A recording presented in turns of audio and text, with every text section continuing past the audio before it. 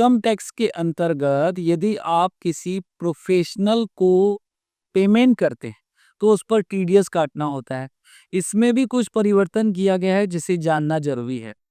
Financial year 24-25 तक जब किसी प्रोफेशनल को आप 30,000 से ज्यादा पेमेंट करते थे तो टीडीएस काटना होता था।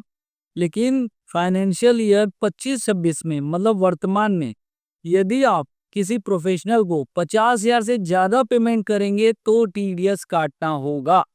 यह परिवर्तन इनकम टैक्स की धारा 194 जे में किया गया है। इस धारा के अंतर्गत प्रोफेशनल फीस, टेक्निकल फीस और रॉयल्टी को कवर किया जाता है।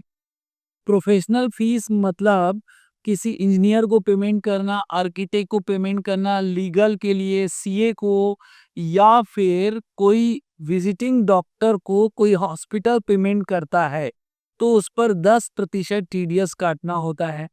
और टेक्निकल सर्विस पर 2% टीडीएस काटना होता है और रॉयल्टी पर 10% टीडीएस काटना होता है। साथियों, यह तो आपको पता होगा कि टीडीएस काटने की जवाबदारी किनकी होती है। जब कोई पार्टनरशिप फॉर्म पेमेंट करती है तो टीडीएस काटना है, जब कोई कंपनी पेमेंट करती है तो टीडीएस काटना है।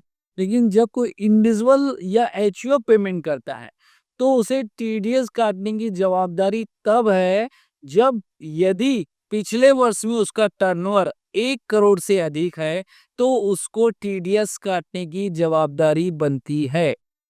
साथियों, ये छोटे छोटे परिवर्तन को मैं अपने वीडियो के माध्यम से आप तक पहुंचाता हूं ताकि छोटी गलती भी आपको बहुत बड़ी पेनाल्टी का भुगतान करवा सकती है।